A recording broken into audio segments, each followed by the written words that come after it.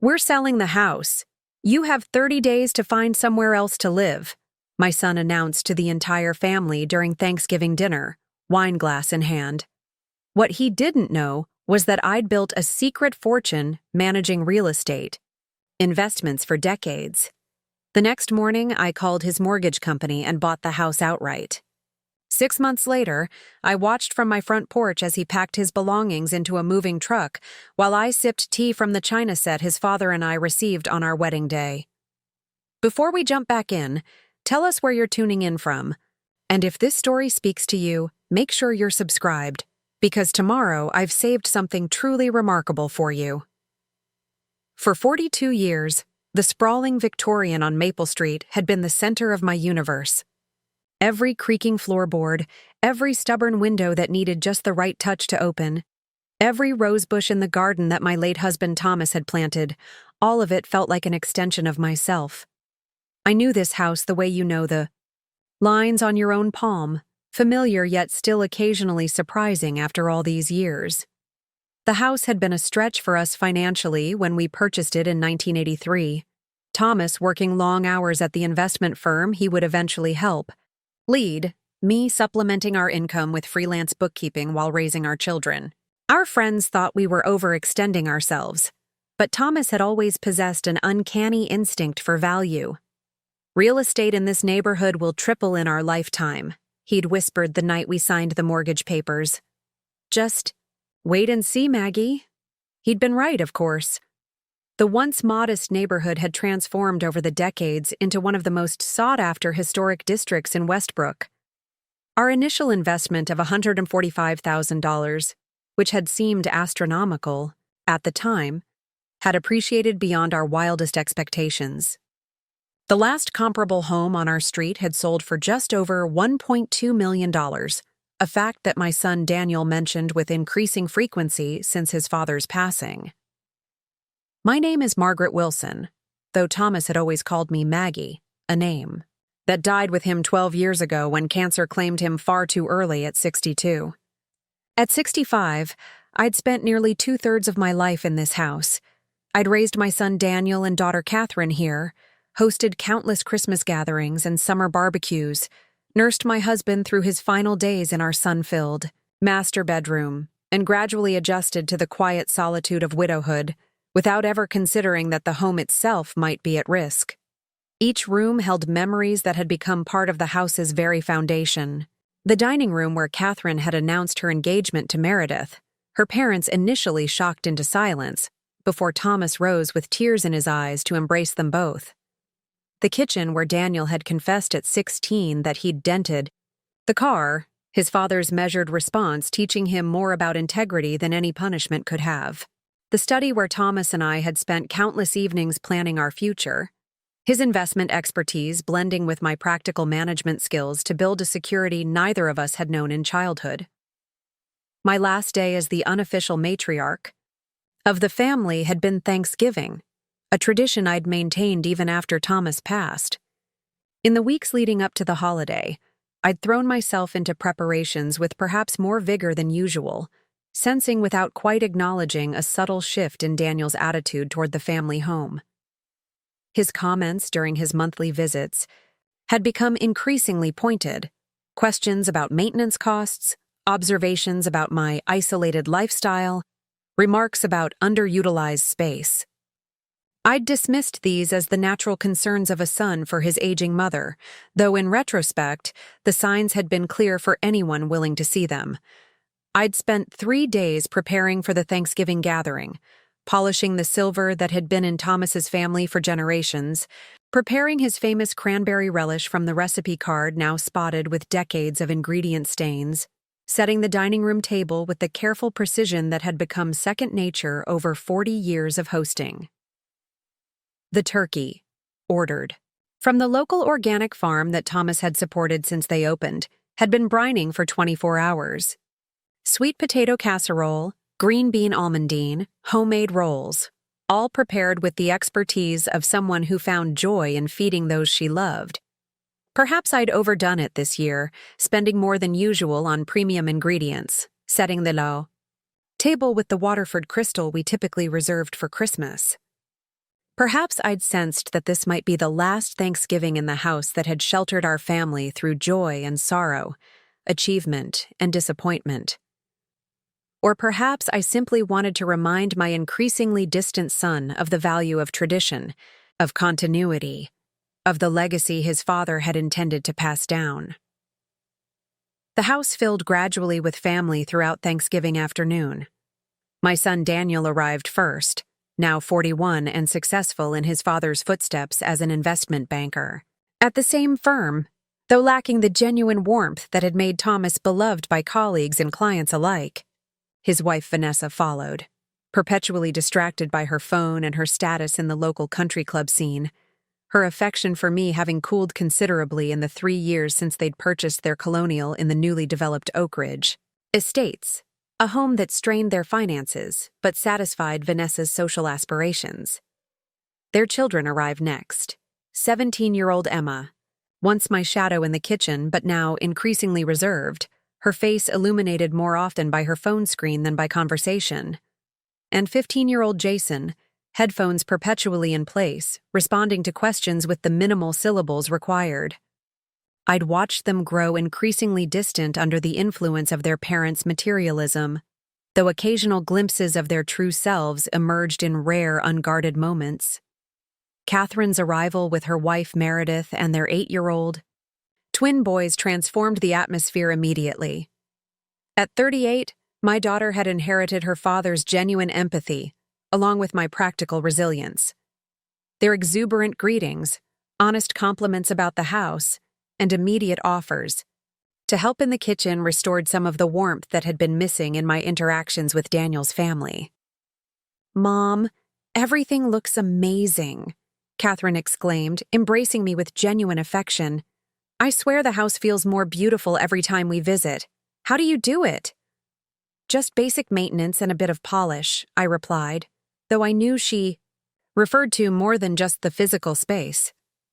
Catherine had always understood that I nurtured this house the way I'd nurtured our family, with attention to detail, respect for history, and quiet, consistent care. "Well, it's spectacular," Meredith added, handing me a bouquet of autumn flowers and a bottle of my favorite Pinot Noir. "The boys have been talking about Grandma's house all week." The twins, Alexander and James, had already raced to the backyard, where the tire swing Thomas had installed for Daniel still hung from the massive oak tree. Their laughter filtered through the kitchen window, a sound so reminiscent of earlier days that I felt my throat tighten momentarily with emotion. "They adore this place," Catherine said softly, noticing my reaction.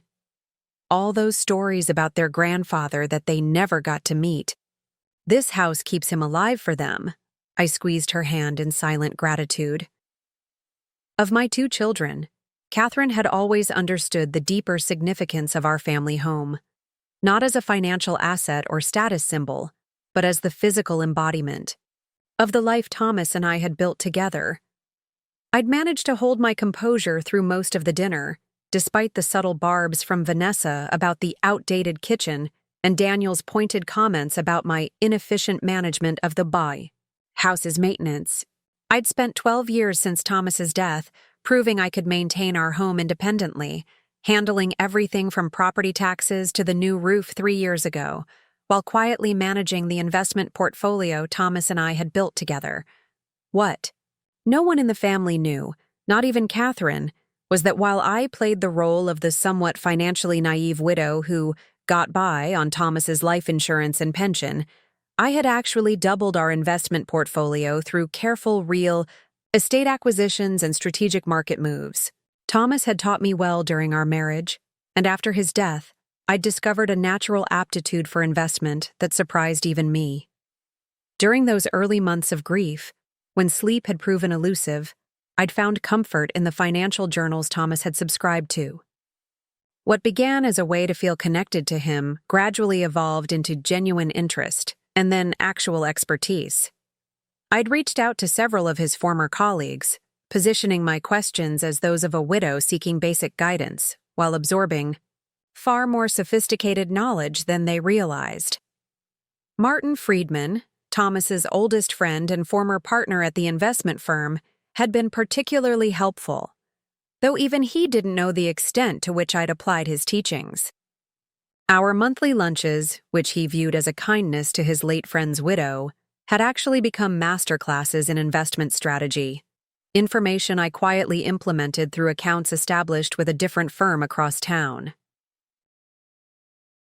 The modest exterior of our Victorian home and my careful budgeting had created the perfect cover for my growing financial acumen and success.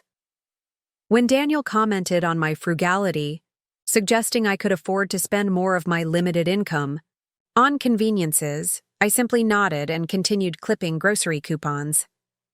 The perception of the financially cautious widow served my purposes perfectly, though I occasionally wondered what Thomas would think of my elaborate financial masquerade. He would have been amused, I suspected. Thomas had never underestimated me the way our son did. "You're the most capable person I've ever known, Maggie," he'd told me during those final weeks of his illness. "Promise me you won't let anyone make you believe otherwise." I'd kept that promise, though not perhaps in the way either of us had anticipated. The substantial portfolio I'd built, primarily focused on commercial real estate and selected residential properties, now generated more annual income than Thomas and I had earned in our best years together. Yet I drove the same 10-year-old Volvo, maintained my modest memberships at the library and community garden, and continued to live within the fictional constraints of a pension and insurance settlement. The facade cracked when Emma approached, me after helping clear the dinner plates, her voice low and concerned as she cornered me in the butler's pantry where I was arranging dessert plates. "Grandma," she said, phone clutched in her hand like a lifeline. "I wasn't supposed to hear, but Dad and Mom were talking last night about selling this house.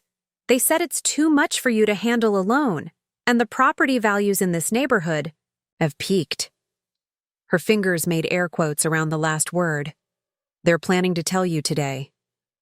The warning shot hit its mark, but years of playing cards with Thomas's business associates had taught me to maintain a neutral expression regardless of the hand I'd been dealt. I studied my granddaughter's face, so like Catherine's at that. Age, earnest, and concerned with fairness above all else.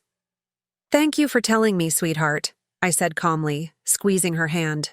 "Don't worry, your grandmother can handle herself." "But it's your house," Emma protested, genuine distress in her voice. "Dad says since his name is on the deed too, he can force a sale. Is that true?" A reasonable question, and one that revealed Daniel had been discussing this plan for some time. "The law can be complicated," I replied carefully. "But so can mothers. Trust me to manage this, Emma." She nodded reluctantly, helping me arrange the apple and pumpkin pies on serving trays. "I love this house," she confessed quietly. "When things get too intense at home with Mom and Dad fighting about money all the time, I imagine coming here to live with you. Is that weird?" My heart contracted at this glimpse into my grandchildren's reality. Daniel and Vanessa projected an image of perfect prosperity, but Catherine had mentioned tensions related to their lavish lifestyle. "Not weird at all," I assured her. "This house has always been a haven. That's what your grandfather intended." I'd barely had time to process Emma's warning when Daniel tapped his wine glass, calling for attention as everyone settled back at the table for dessert. His expression carried the same confident authority he'd cultivated for board meetings and client presentations. A look I recognized from Thomas, but without the underlying kindness that had always tempered my husband's business persona. "I have an announcement to make," Daniel said, his voice carrying that practiced blend of assertiveness and false concern I'd come to recognize during the years since Thomas's death. "Mom, Vanessa and I have been discussing your situation, and we've made a decision that's in everyone's best interest." I felt Catherine stiffen beside me, her protective instincts already triggered by her brother's tone. Meredith placed a restraining hand on her arm, their silent communication speaking volumes about previous family tensions. "This house has become too much for you to manage," Daniel continued, not bothering to phrase it as a question or seek my input. "The maintenance costs are eating into your limited fixed income. And frankly, the neighborhood has changed. It's time to sell while the market is still strong. The careful emphasis on limited fixed income revealed how completely he'd bought into the financial narrative I'd constructed. I might have found it amusing under different circumstances. My limited fixed income seems to have maintained this house perfectly well for the past 12 years, I observed mildly, taking a deliberate sip of water, including the new roof that I handled without asking for your assistance. A flash of irritation crossed Daniel's face at the gentle pushback. Like many men accustomed to authority, he had little patience for contradiction, even when couched in the most diplomatic terms. That's exactly the point, Mom. You shouldn't be spending your retirement savings on home repairs. Vanessa has already researched several excellent senior living communities with activities, dining options, and medical staff on site. How thoughtful, I murmured, noting how Vanessa couldn't quite meet my eyes. Though I don't recall mentioning any interest in such arrangements. It's not about what you want, Mom, Daniel said, his patience visibly thinning. It's about what's practical. This house is worth nearly $1.2 million in today's market. That money should be secured for your long-term care and eventually for Emma and Jason's education, not wasted on maintaining an outdated property with ridiculous heating costs and constant repairs. The room had fallen completely silent. Even the teenagers had set aside their phones, sensing the tension building around the table. Catherine's wife, Meredith, reached over to grasp my hand under the table, a silent gesture of support that nearly broke my carefully maintained composure. I see, I said finally. And when did you plan to consult me about this decision regarding my home? Daniel exchanged a quick glance with Vanessa before continuing. We're not just consulting you, Mom. We're informing you. Dad left the house. In both our names, remember? As co-owners, we have decided it's time to sell. I've already spoken with a realtor. They'll start showings next month. The revelation struck like a physical blow. It was true that Thomas, thinking he was protecting me, had put the house in both my name and Daniel's when he became ill. At the time, Daniel had promised it was merely a precaution, a way to avoid probate if something happened to me. I'd never imagined he would use this legal technicality to force me from my home. Before I could respond, Daniel continued, his voice taking on an edge of frustration as if he were explaining something simple to a child. We're selling the house. You have 30 days to find somewhere else to live, he announced to the entire table. Daniel! Catherine gasped, her face flushing with anger. You can't be serious. Stay out of this, Kathy, he snapped. You've never understood the practical side of family management. Some of us have to make the hard decisions. The hard decisions? Catherine echoed, disbelief evident in her voice. You're forcing our mother out of her home of 40 years and calling it a hard decision as if you're some kind of martyr? This is nothing but a money grab. That's enough, Daniel warned, his expression hardening.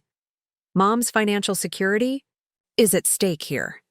The proceeds from this house need to be properly managed, not drained away on property taxes and maintenance for a structure that's frankly becoming a liability. I held up my hand, silencing the brewing argument between my children. When exactly did you determine that I'm incapable of managing my own affairs, Daniel? I asked, keeping my tone measured despite the anger building inside me. This isn't about capability, Mom.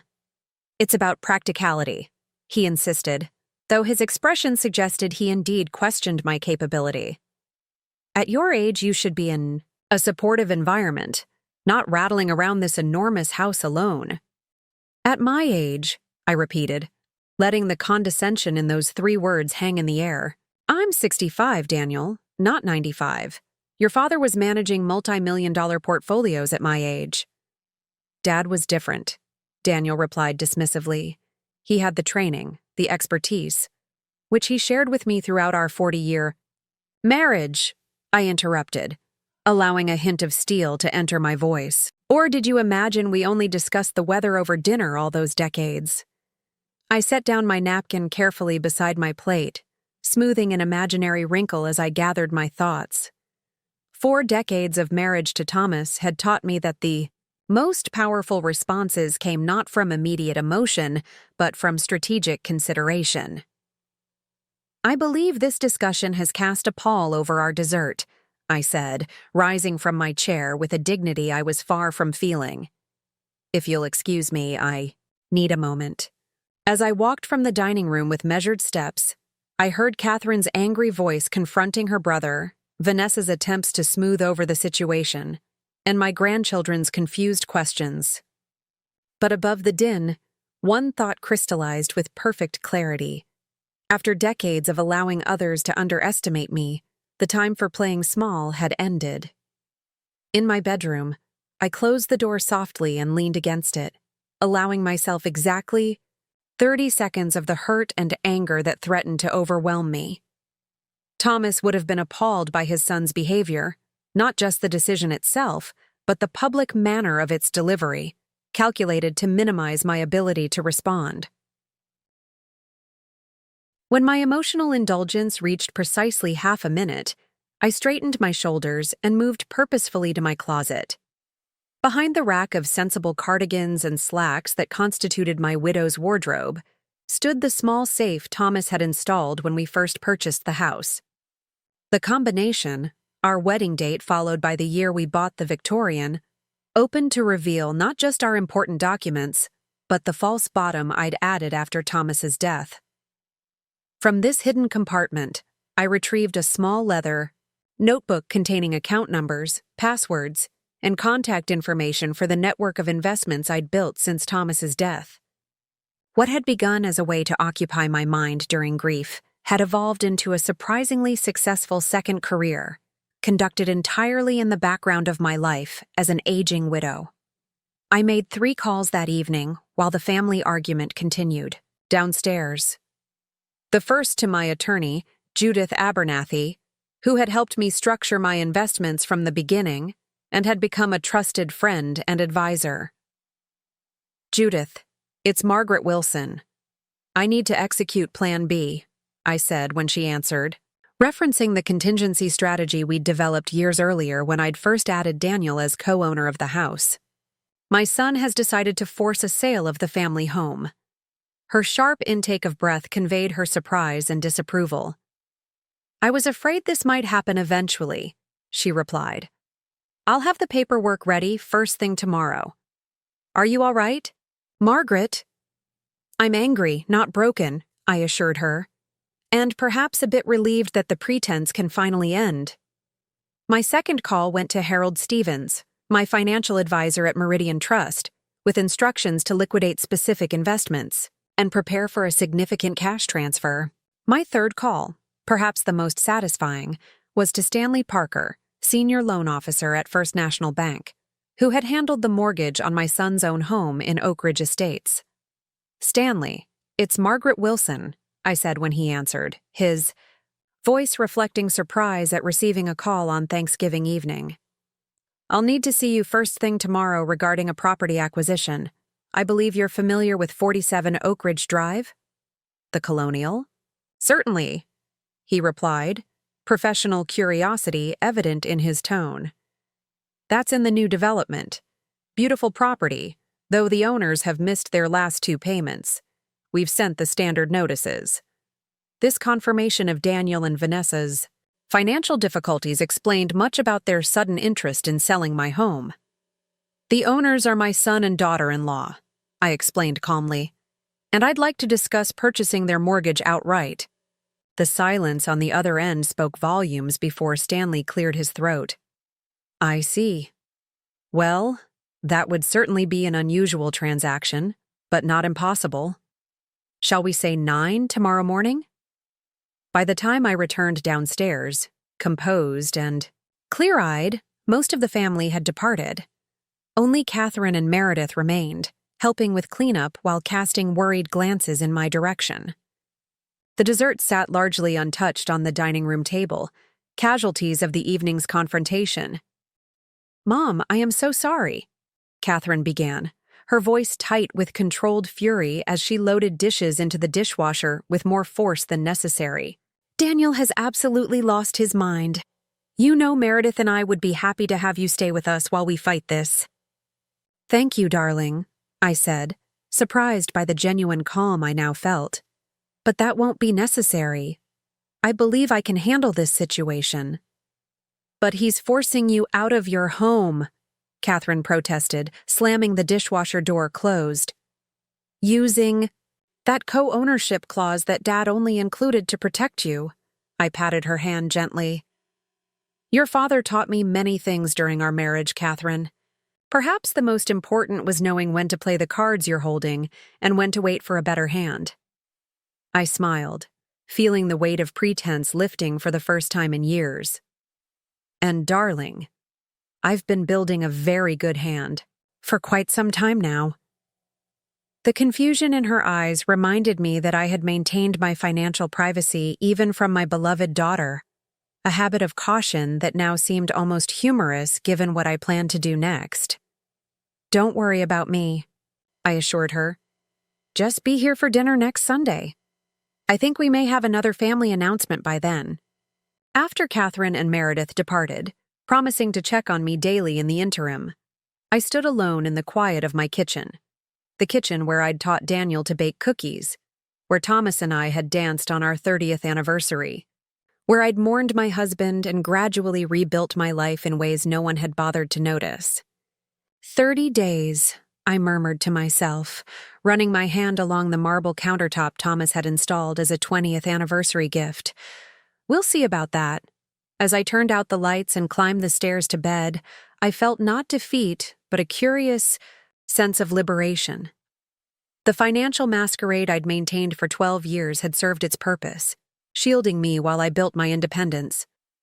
Now it was time to step fully into the woman Thomas had always seen, capable, strategic, and absolutely unwilling to be dismissed. Tomorrow would bring its own challenges. But tonight, I allowed myself a small smile as I imagined Daniel's face when he discovered exactly who his mother had become in the years since his father's death. Thomas would have appreciated the irony. Our son, so convinced of his financial acumen, completely oblivious to the quiet powerhouse living in the family home he so casually planned to sell. The next morning dawned with the crisp clarity that often follows emotional storms. I woke earlier than usual, watching the November sun cast long shadows across my bedroom ceiling. The same ceiling Thomas and I had stared at during countless conversations about our hopes, dreams, and occasional worries. Today would mark a turning point, though not the one my son had envisioned when he'd delivered his ultimatum. I dressed with deliberate care, selecting a tailored navy pantsuit I typically reserved for meetings with Martin Friedman or other financial advisors. The outfit had been part of my camouflage, respectable enough to suggest a widow managing modest affairs competently, not stylish or expensive enough to hint at significant wealth. Today, however, it would serve a different purpose, conveying the authority I'd kept carefully concealed for over a decade. At precisely 8:30 a.m., I backed my 10-year-old Volvo out of the garage and headed downtown to First National Bank. Lidikyo. Familiar streets of Westbrook, decorated for the approaching holiday season, seemed particularly poignant this morning. I'd built my secret financial empire while appearing to be nothing more than a comfortably retired widow who occasionally lunched with her husband's former colleagues and volunteered at the community garden. Today, that careful illusion would begin to dissolve. Stanley Parker was waiting in the bank's executive conference room when I arrived, papers neatly arranged before him, coffee service set to one side. At 50-something, with silver temples and the practiced smile of someone who had spent decades delivering both good and bad financial news, he rose to greet me with obvious curiosity.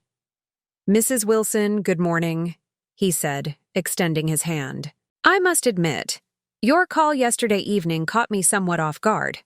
It's not often we discuss purchasing a mortgage outright, particularly when there's a family connection." "Unusual circumstances call for unusual solutions, Mr. Parker," I replied, settling into the leather chair opposite him. "I appreciate your meeting me on such short notice," he nodded, gesturing toward the folder before him. I've pulled the complete file on the Oak Ridge property. It's a significant mortgage. $875,000 original principal with approximately $842,000 remaining. As I mentioned yesterday, the current holders are 2 months delinquent on payments, which places the loan in the early stages of our default protocol. My son and his wife have always had champagne tastes on a Prosecco budget, i.e., observed dryly. Thomas, my late husband, tried to instill financial discipline, but some lessons never quite took. Stanley's professionally neutral expression couldn't quite conceal his curiosity. And you're interested in purchasing this debt outright?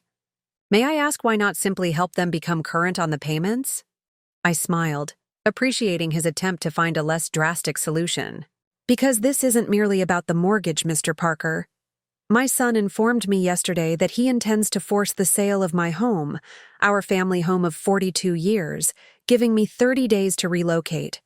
As co-owner of the property, he believes he has the legal right to do so. Understanding dawned in Stanley's eyes. Ah, and this purchase would give you leverage. Precisely, I confirmed, opening my leather portfolio to reveal a bank statement that caused Stanley's professional composure to falter momentarily.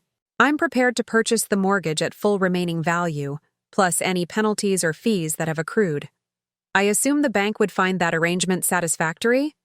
His gaze moved from the statement, showing liquid assets far exceeding the mortgage amount, back to my face, reassessing me entirely. The bank would indeed find that satisfactory, Mrs. Wilson. However, I feel obligated to mention that there are less confrontational options available. We could structure a loan to your son that would...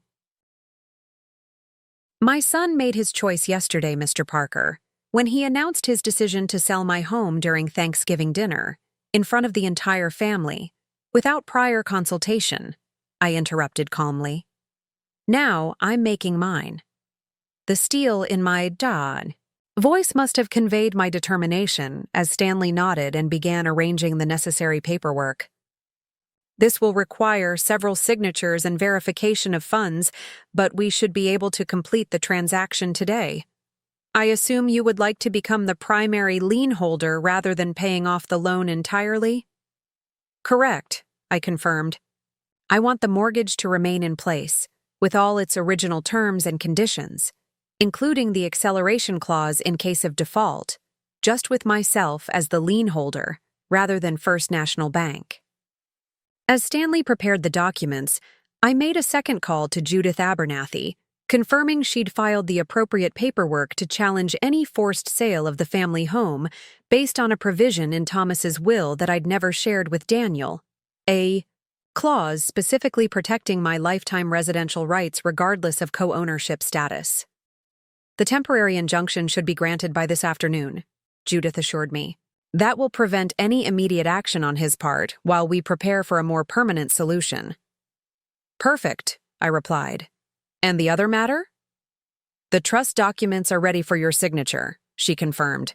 Once executed, the property will be held in an irrevocable trust with you as lifetime beneficiary, and Catherine's children as remainder beneficiaries. Daniel's co-ownership will be essentially neutralized. By 11:30 a.m., I had signed the final documents transferring the mortgage on my son's colonial to my ownership.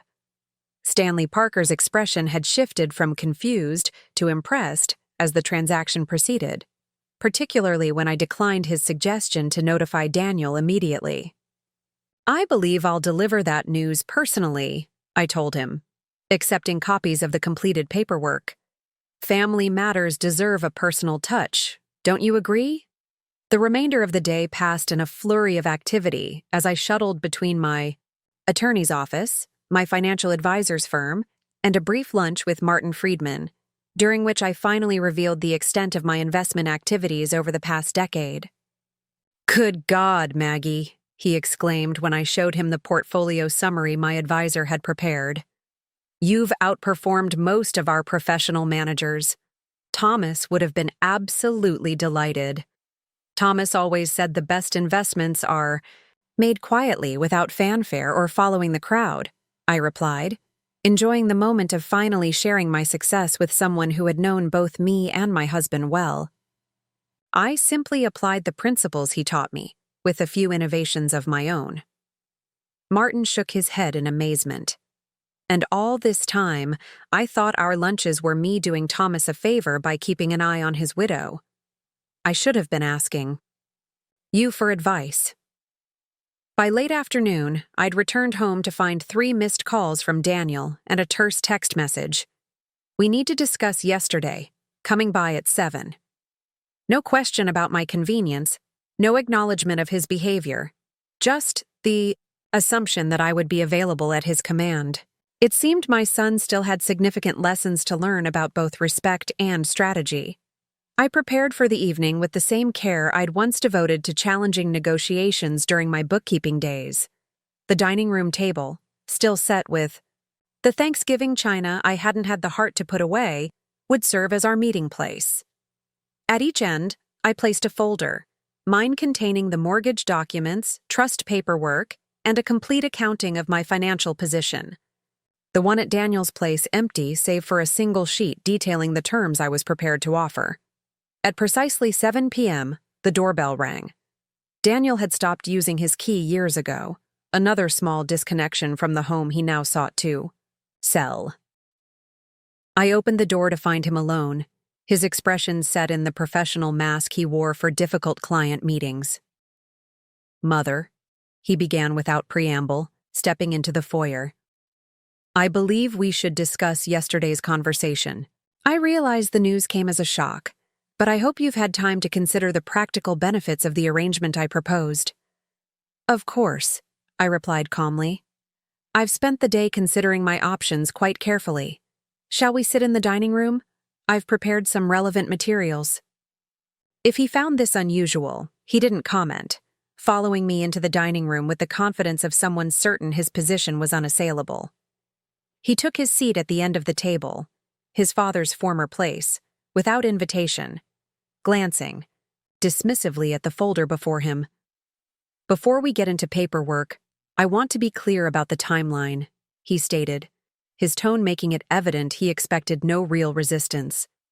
"The realtor believes we should list immediately after New Year's, to catch serious buyers planning spring relocations. That gives you approximately 5 weeks to sort through what you want to keep and what can be sold with the house."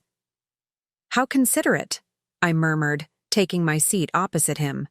"However, I believe you're operating under several misconceptions that I should clarify before we proceed." Daniel sighed, the put-upon sound of someone preparing to humor an elderly relative. "Mom, I understand this is difficult. You have emotional attachments to this house, but the decision isn't really negotiable. As co-owner, I have the legal right to force a partition sale, and frankly, this is the most generous approach. The CR. Proceeds will provide for your care far better than this aging structure." "Regarding the legal right to force a sale," I replied, opening my folder and extracting the first document. "You might want to review this injunction granted by Judge Harrington this afternoon, specifically prohibiting any action towards selling this property without my consent." I slid the document across the table, watching as confusion replaced confidence on my son's face. "What is this?" he demanded, scanning the legal language with growing alarm. "How did you—" "Your father's will contained a provision you were never informed of," I continued calmly. "A lifetime residential right that supersedes co-ownership privileges. Judith Abernathy, you remember Dad's attorney, filed the paperwork this morning after I called her last night." Daniel's face flushed with anger as the implications sank in. "This is ridiculous. Dad made me co-owner specifically to help manage the property when—" He stopped abruptly, perhaps realizing how the end of that sentence might sound. "When I became too incapacitated or incompetent to manage it myself." I finished for him. "Yes, that was the intention, as a protection for me, not as a mechanism for you to seize control against my wishes." "I'm not seizing control," he protested, though his expression suggested otherwise. I'm making a prudent financial decision for the entire family's benefit. Speaking of prudent financial decisions, I continued, extracting the second document. From my folder, I understand you and Vanessa have fallen behind on your mortgage payments for the Oak Ridge property. 2 months delinquent, I believe? The color drained from Daniel's face so rapidly I momentarily wondered if I'd gone too far. How do you know about that? That's private financial information. Not when you're the mortgage holder, I replied, sliding the transfer documents across the table. As of 11:30 this morning, I own your mortgage, Daniel. Every dollar of principal, interest, and accumulated late fees is now payable directly to me rather than to First National Bank. He stared at the paperwork in disbelief, his financial training, allowing him to understand the implications immediately. You bought my mortgage? That's not possible. You don't have that kind of money. That brings me to the third misconception, I said, removing a thick portfolio summary and placing it before him. Your assessment of my financial position has been, shall we say, significantly underestimated. As Daniel flipped through pages documenting commercial properties, equity holdings, and cash accounts totaling well over $7 million, his expression transformed from shock to confusion to something approaching awe. This can't be real, he whispered, looking up at me as if seeing a stranger. Dad didn't leave this kind of money.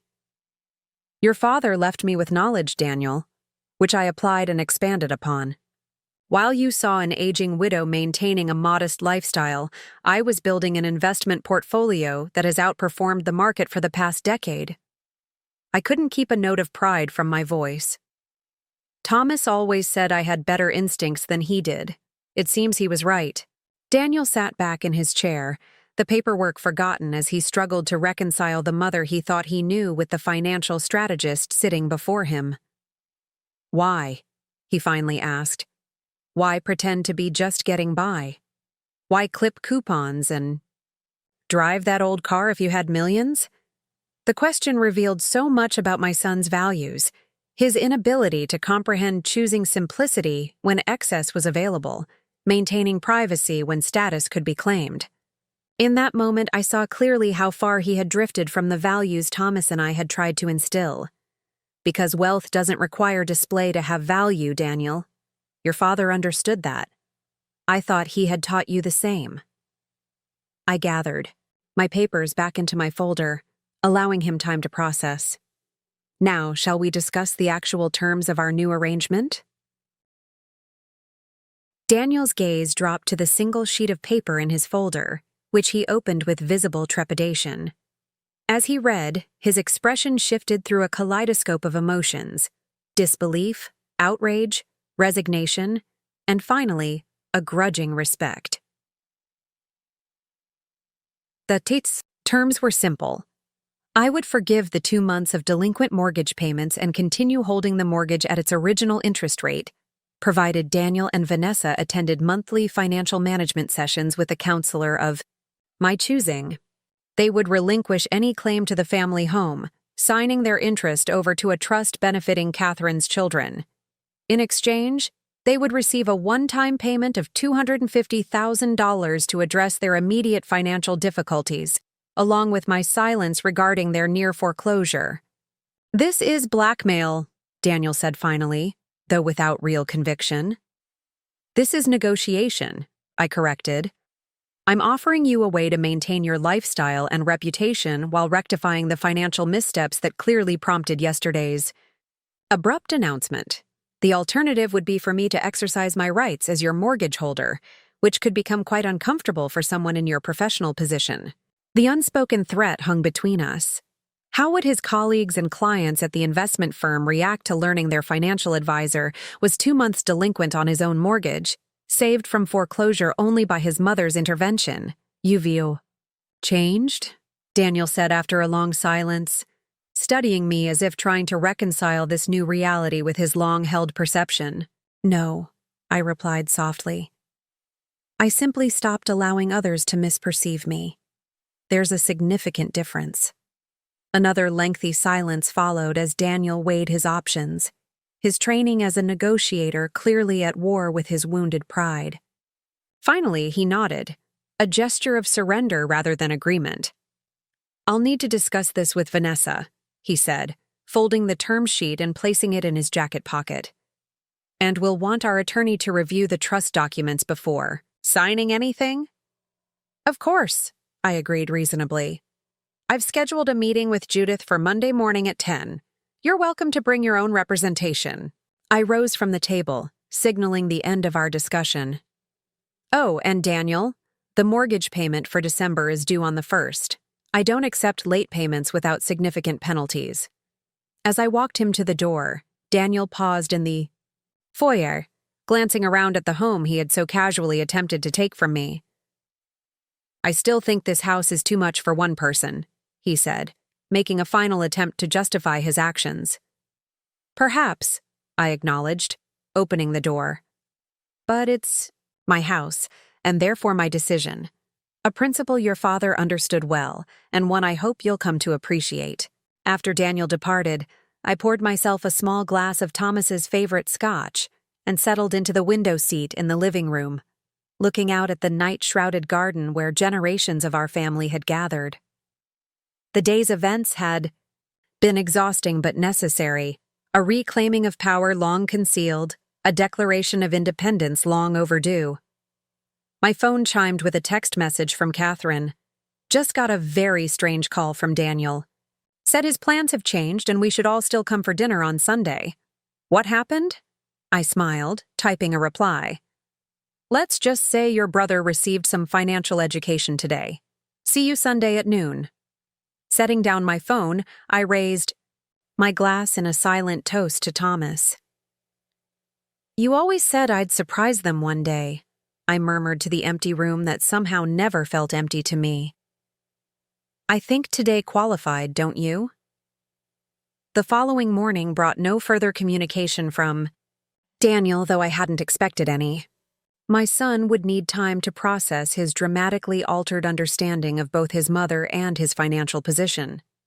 Meanwhile, I had preparations to make for Sunday's family dinner, a gathering that would now serve as a reset rather than a goodbye. I spent Saturday attending to normal weekend tasks, though with a lightness I hadn't felt in years. The pretense I'd maintained for so long, the careful financial modesty, the deliberate underplaying of my capabilities, had become a comfortable habit, but also a constraint.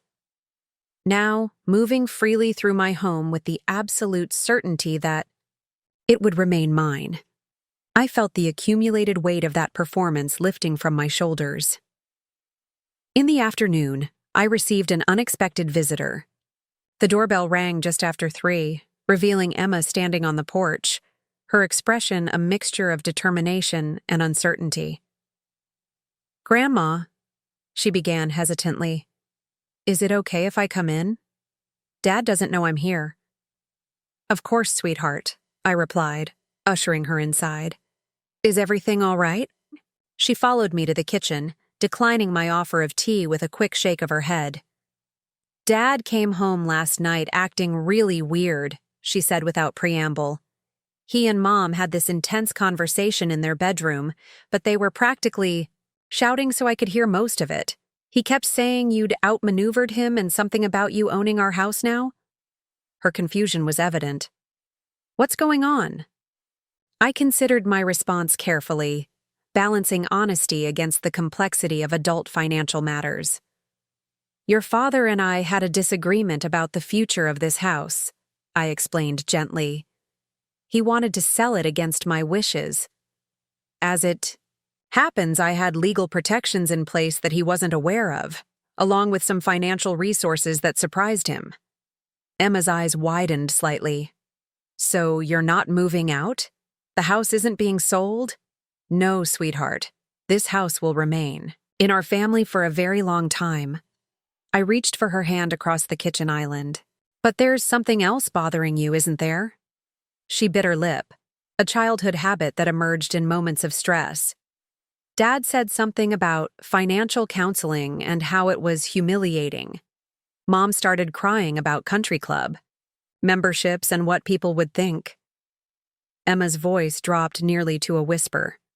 Are we going to be okay? Money-wise, I mean? The vulnerability in her question broke my heart a little. Children shouldn't bear the weight of adult financial concerns, yet here was my granddaughter, clearly carrying that burden for some time. Your parents are experiencing some financial challenges, I acknowledged, choosing my words with care. But they're not in any danger of real hardship. I've offered to help them create a more sustainable financial plan going forward. Relief softened her features. So we're not going to lose our house? No, I assured her. That's not going to happen. Good, she said with unexpected vehemence. Because I hate that house anyway. It's just for show, like everything else. The bitterness in her young voice was startling. Nothing there feels real, not like here. You can't even sit on half the furniture because it might wrinkle. The glimpse into my grandchildren's home life, so different from the warm, lived-in comfort Thomas and I had prioritized, confirmed suspicions I'd harbored for years. Daniel and Vanessa had created a showcase rather than a home, valuing appearance over substance in ways that clearly affected their children. Well, you're always welcome here, I told her, where all the furniture is meant to be sat upon and all the kitchen equipment is meant to be used. I gestured toward the stand mixer on the counter. In fact, I was thinking about baking cookies this afternoon. Would you like to help? The afternoon unfolded in a comfortable rhythm of measuring, mixing, and conversation that gradually shifted, from financial worries to school, friends, and eventually, Emma's own hopes for the future. I've been thinking about college, she confided as we arranged cookie dough on baking sheets. Dad keeps pushing for business programs, says that's where the real opportunities are. But I'm actually really interested in architectural restoration. Remember when you took me to that lecture at the Historical Society last summer? I remembered it well. Her rapt attention as the preservationist described saving historic structures, the questions she'd asked afterward, her excitement on the drive home. You showed a real aptitude for understanding the technical and artistic aspects, I observed. Have you mentioned this interest to your parents? Her expression provided the answer before her words confirmed it. Dad says it's a hobby, not a career, that I should focus on something practical. The echo of Daniel's dismissal of my own financial acumen was unmistakable, the pattern of underestimation repeating itself in a new generation. Practical is a relative term, I mused, sliding the cookies into the oven. Your grandfather built his career on seeing value where others didn't, in properties, in investments, and most importantly, in people. He would have encouraged you to explore this interest further. As afternoon stretched into evening, Emma received increasingly urgent texts from her parents, eventually necessitating her departure. At the door, she hugged me with surprising intensity. Thanks for not treating me like a kid who doesn't understand anything, she said. And for not selling the house. I don't know what I'd do if I couldn't come here anymore. After she left, I reflected on the unexpected gifts of the past 2 days, not just the reclaiming of my home and the assertion of my financial independence, but this reconnection with my granddaughter, this opportunity to perhaps influence the next generation in ways I'd failed to fully achieve with Daniel. Sunday dawned bright and clear, the late November sunlight casting long shadows across the frost-touched garden. I rose early, preparing for the family gathering with a sense of anticipation rather than dread. The dining room table, reset with my best china and crystal, would today serve not as a battleground, but as neutral territory for a new family understanding. Catherine and Meredith arrived first, their twin boys racing immediately to the backyard. Tire swing while Catherine cornered me in the kitchen, her expression a mixture of confusion and amusement. Okay, what exactly did you do to Daniel? She demanded in a hushed tone. He called me yesterday sounding completely different, almost respectful, which is not an adjective I normally associate with my brother when he talks about you. I smiled, handing her a serving dish to carry to the dining room. Let's just say, Your brother and I came to a better understanding about family dynamics and financial realities. He may share the details eventually, but that's his story to tell. Catherine studied my face, her gaze so like her father's, perceptive, missing nothing. You're different too, she observed. More, I don't know, present somehow, like you've been holding something back all these years and suddenly don't need to anymore. Her insight struck uncomfortably close to the truth. Of my two children, Catherine had always been the more emotionally intelligent, sensing undercurrents others missed. Perhaps I have been, I acknowledged. But that's a longer conversation for another time. For now, let's focus on making this lunch considerably more pleasant than our last family gathering. Daniel, Vanessa, and their children arrived precisely at noon, their entrance markedly different from Thanksgiving. Daniel approached me with a formal politeness that bordered on deference, while Vanessa's usual distraction was replaced by an almost excessive attentiveness. Jason, to my surprise, had left his headphones in the car, and Emma greeted me with a conspiratorial smile that suggested our cookie-baking confidences would remain private.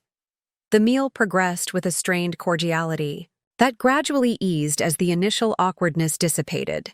Daniel spoke little, observing the family interactions with an expression that suggested he was seeing familiar dynamics in an entirely new light. During dessert, apple pie that Emma proudly announced she had helped make the previous day, Catherine finally broke the unspoken moratorium on Thanksgiving's events. So, she said, glancing between Daniel and me, is anyone going to explain what happened? One day Daniel's announcing the house is being sold, the next day everything's fine, and we're all having Sunday lunch like nothing happened. Daniel set down his fork carefully, meeting my gaze across the table in silent communication before addressing his sister. I made some assumptions about Mom's situation that proved to be significantly incorrect, he said with careful diplomacy. We've since reached an understanding that's beneficial for everyone involved. Understanding? Catherine repeated skeptically. That's the most corporate non-answer I've ever heard. Mom, will you translate? All eyes turned to me, expectant. The moment called for truth, though perhaps not the complete revelation that might embarrass Daniel unnecessarily in front of his wife and children. Your brother and I had different perspectives on what was best for this house and for me, I explained. After a more thorough discussion of the actual facts of my financial situation, which I admit I've been somewhat private about, we reached a compromise that honors both your father's wishes and my desire to remain in my home. Catherine's expression made it clear she knew there was far more to the story, but she accepted this summary with a nod. Well, whatever happened, I'm glad it's resolved. This house belongs in our family. It does, I agreed. And it will remain. So, in fact, I've established a trust that will eventually transfer ownership to all 4 of my grandchildren equally, ensuring it remains a family gathering place for generations to come. The announcement clearly surprised everyone except Daniel, who had reviewed those very documents the previous evening. Vanessa's expression brightened considerably at this confirmation of future inheritance, while Catherine and Meredith exchanged pleased glances at the inclusion of their sons. That's incredibly generous, Mom, Catherine said, her voice thick with emotion. Dad would be so happy to know the house will stay in the family. Your father always thought of this home as more than just property, I replied, allowing my gaze to travel around the table, including each family member. He saw it as the physical embodiment of our family's history and future. Now it will continue to serve that purpose. As the meal concluded and family members dispersed throughout the house, the twins resuming their outdoor play, Jason actually engaging in conversation with his younger cousins, Emma helping clear dishes with an ease that suggested our bond had strengthened.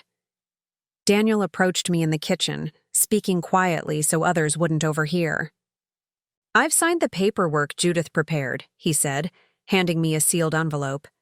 The trust documents, the mortgage transfer acknowledgement, everything. Vanessa and I have also scheduled our first session with the financial counselor for next Week? I accepted the envelope with a nod. Thank you for handling this promptly. He hesitated, seeming to struggle with what to say next. I'm still processing everything. The fact that you've been managing investments all these years, that you're actually wealthier than I am, that you somehow acquired my mortgage without anyone at the bank tipping me off. A hint of his former confidence returned. You'd have made a formidable investment banker, you know. Perhaps, I acknowledged, though I've found operating independently has certain advantages. Fewer egos to navigate, for one thing. The subtle barb wasn't lost on him, but rather than bristling, he actually smiled, a genuine expression I hadn't seen directed at me in years. I deserved that, he admitted. Among other things I'm reconsidering is how thoroughly I've underestimated you. Dad would be thoroughly amused by how completely you outplayed me. Your father always appreciated a well-executed strategy, I agreed, softening my tone. But he valued family harmony far more. I hope we can work toward that again. Daniel nodded, glancing through the doorway to where our extended family had gathered in the living room, the afternoon sun illuminating the scene in a warm glow that seemed almost deliberately symbolic. I think we've made a start today, he said quietly. A reset of sorts. As he moved to join the others, I remained in the kitchen momentarily, absorbing the dramatic shift in family dynamics that had occurred in just a few days.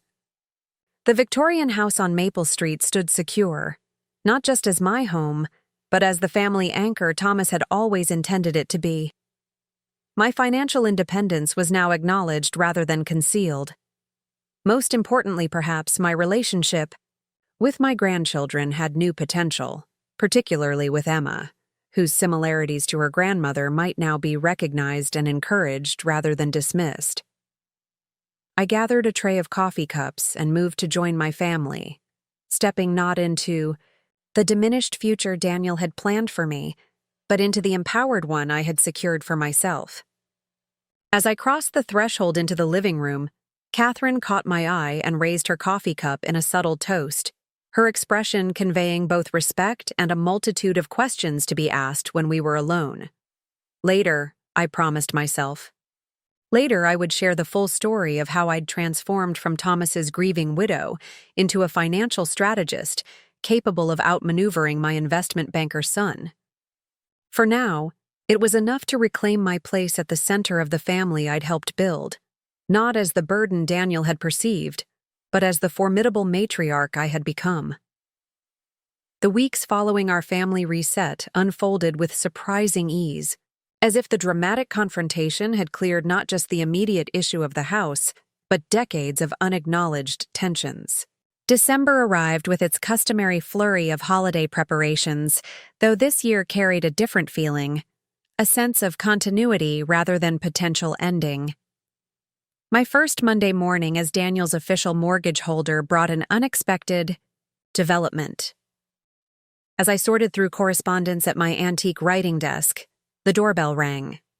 I opened it to find a courier holding a large manila envelope requiring my signature.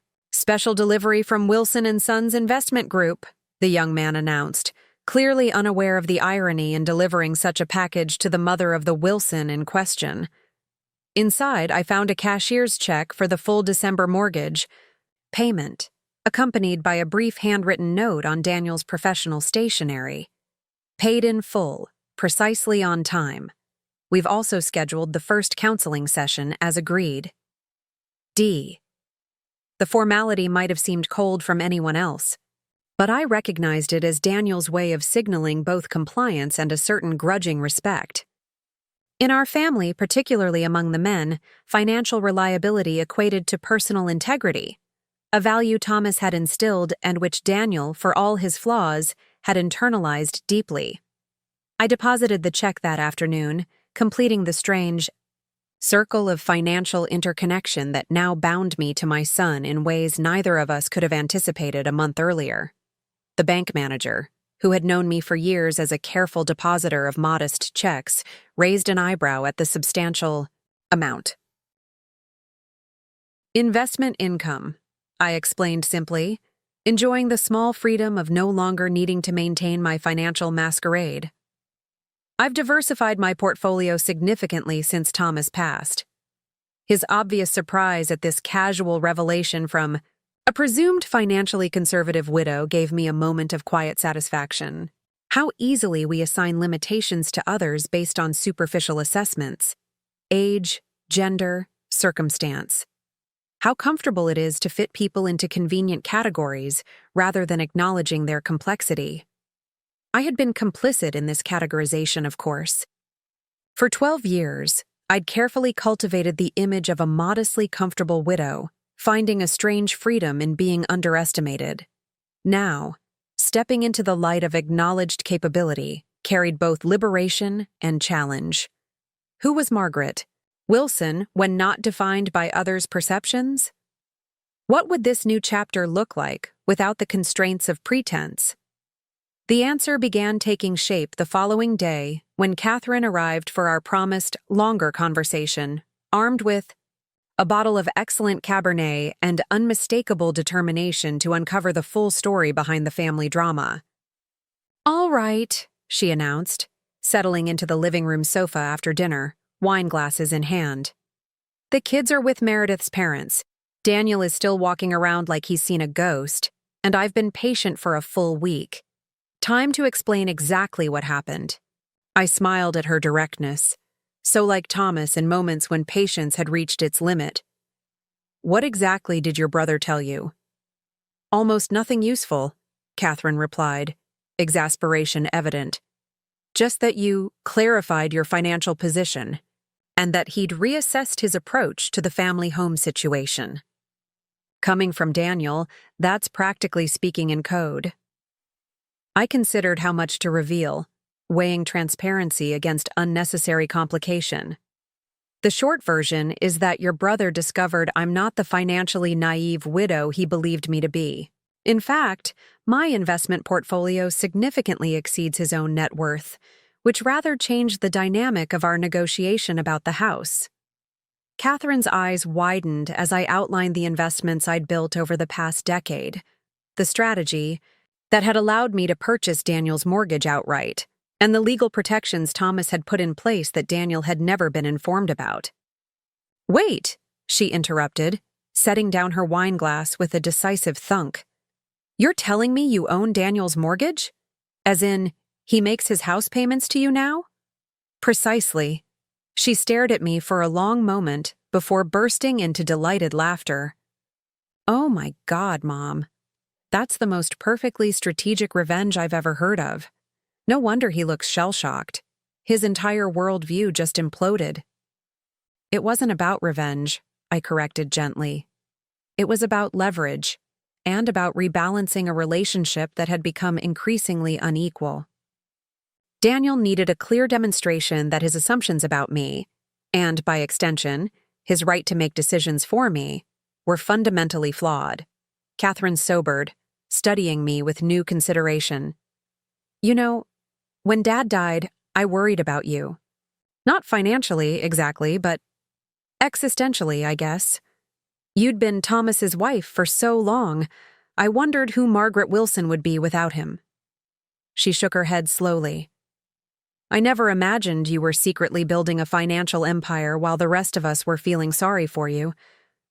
"Not an empire," I demurred, though the characterization wasn't entirely inaccurate. "But yes, I found a new identity in continuing and expanding what Thomas taught me.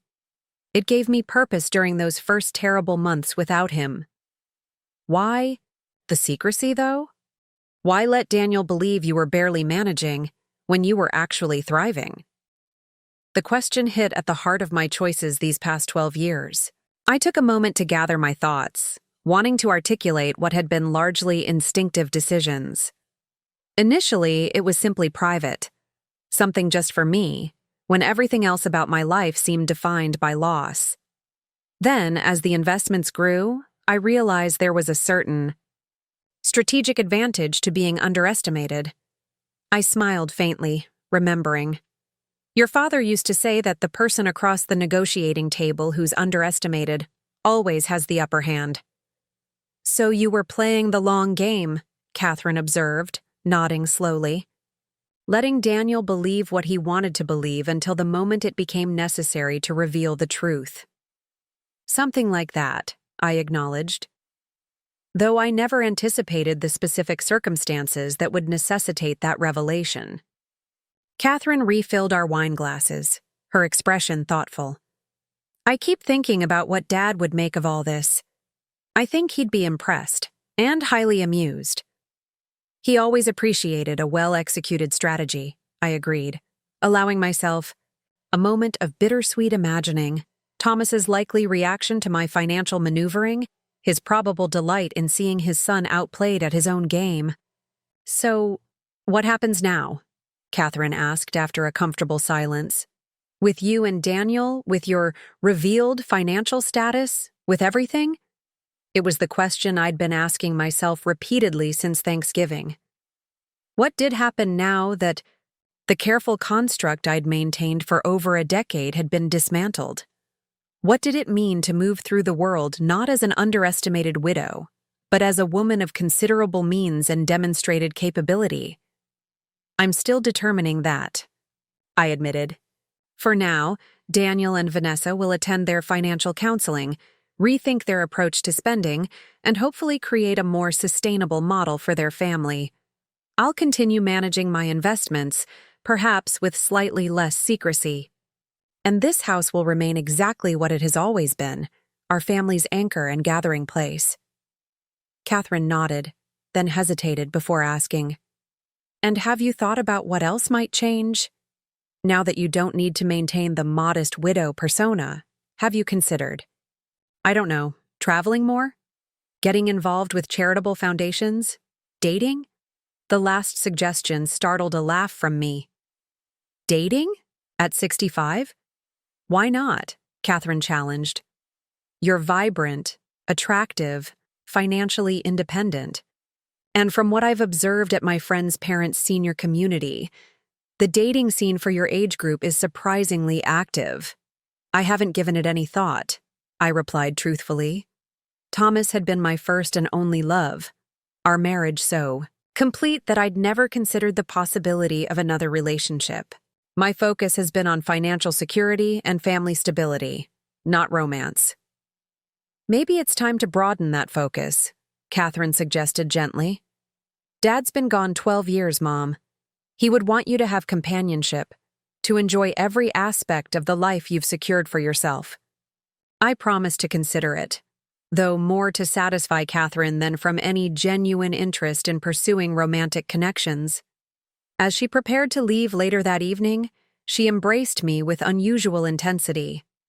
I'm proud of you, she said simply, for standing up to Daniel, for being so much more than any of us realized, for showing us all what resilience really looks like.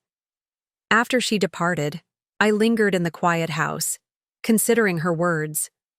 Pride from my daughter, grudging respect. From my son, these were unexpected outcomes of what had begun as a simple defense of my home.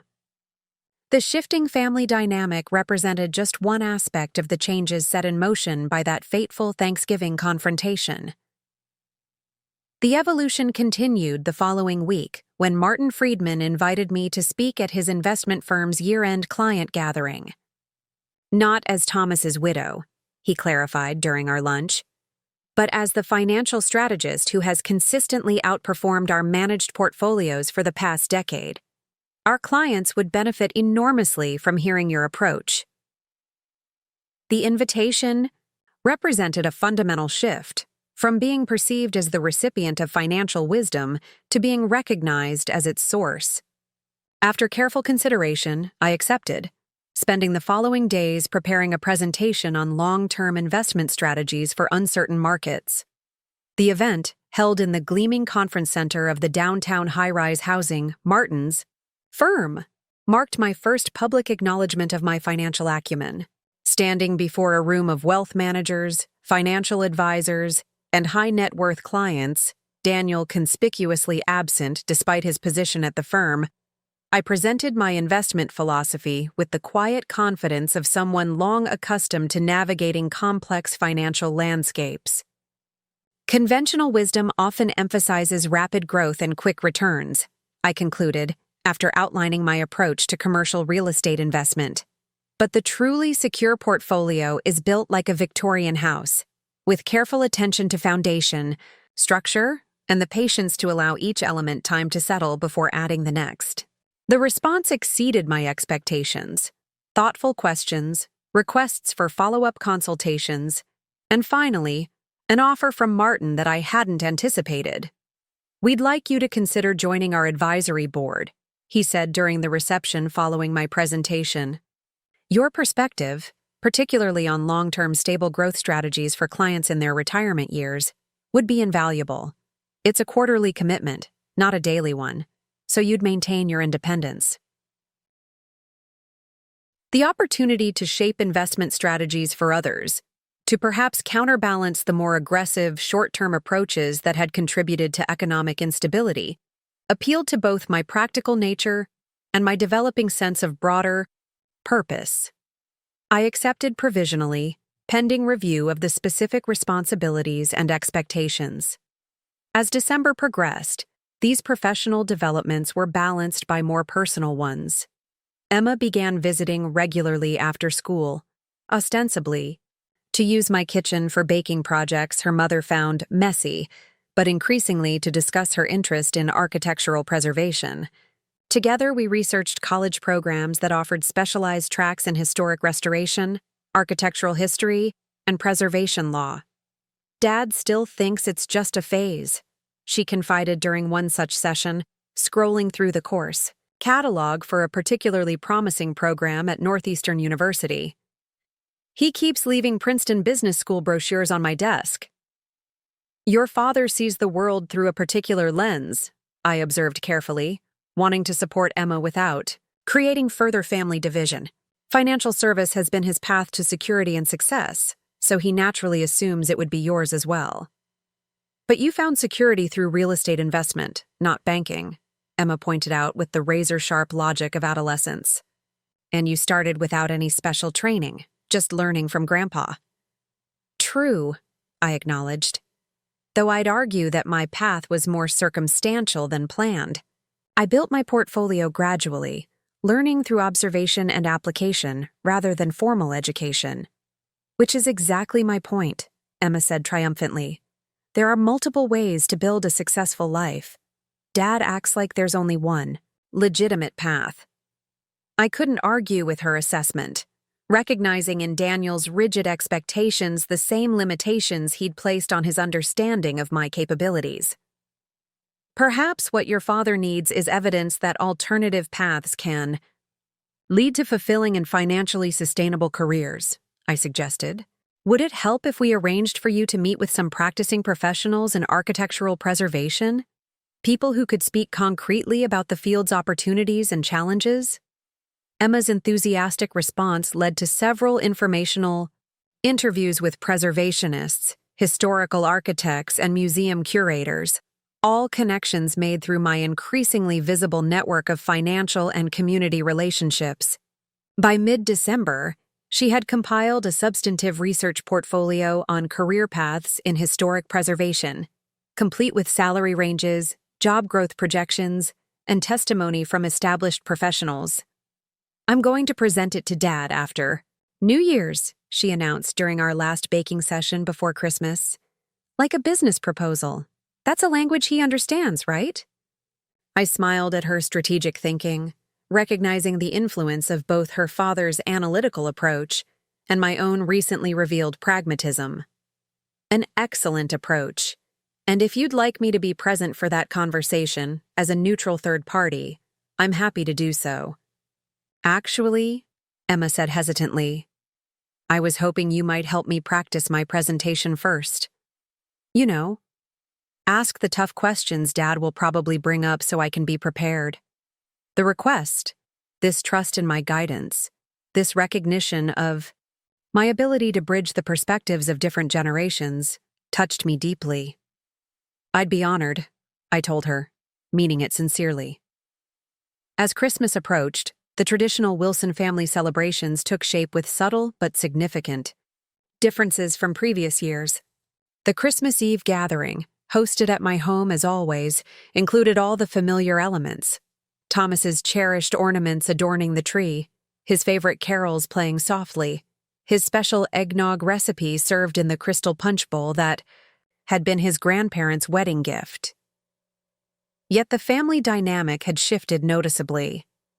Daniel's usual authoritative pronouncements about market predictions for the coming year gave way to more measured observations.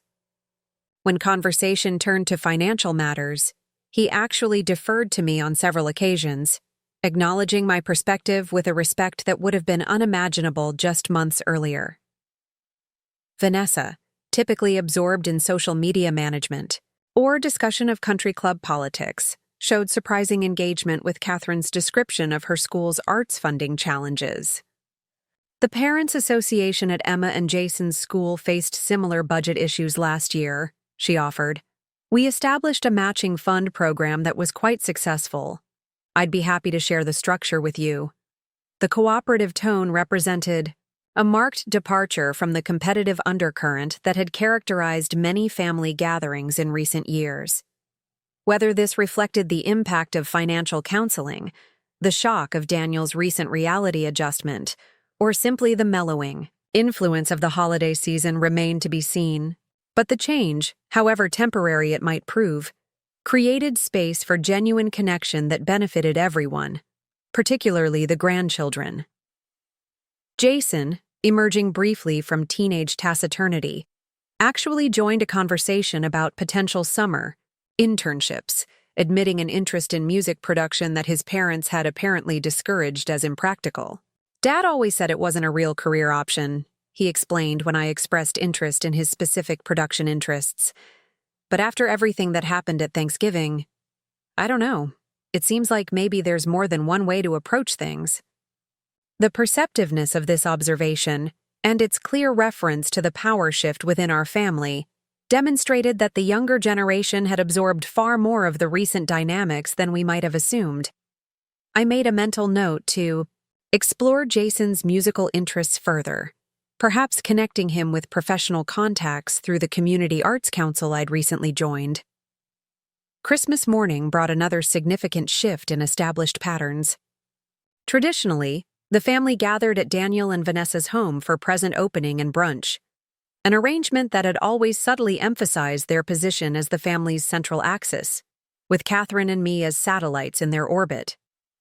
This year, without discussion or formal planning, everyone simply arrived at my house instead, bearing gifts, brunch contributions, and an unspoken acknowledgement that the family's center of gravity had shifted. The gift exchange revealed further evidence of evolving perceptions. In previous years, Daniel and Vanessa's presents to me had typically consisted of practical items a widow might need: gift certificates for home maintenance services, subscriptions to simplified financial management newsletters, once even a senior-friendly cell phone with oversized buttons and limited functions.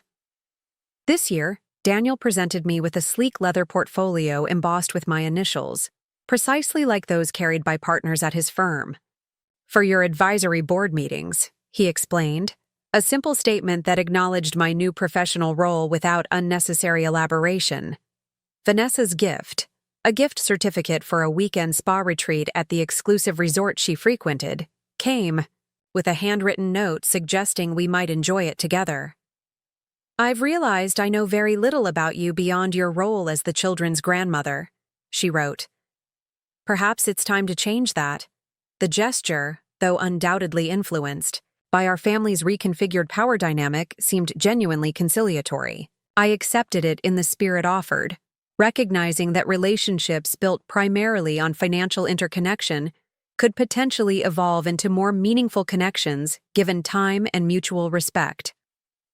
My own gifts reflected my deeper understanding of each family member: architectural history books and a digital portfolio subscription for Emma, high-quality headphones and recording software for Jason, a weekend cooking class for Catherine and Meredith who rarely had childcare-free time together, and for Daniel and Vanessa, a consultation with an interior designer who specialized in creating homes that balanced aesthetic appeal with genuine livability. She transformed Martin Friedman's showplace into an actual home where people can put their feet up without fear, I explained as they opened the elegantly packaged certificate. I thought she might have insights for making your beautiful house feel more comfortable for everyday living.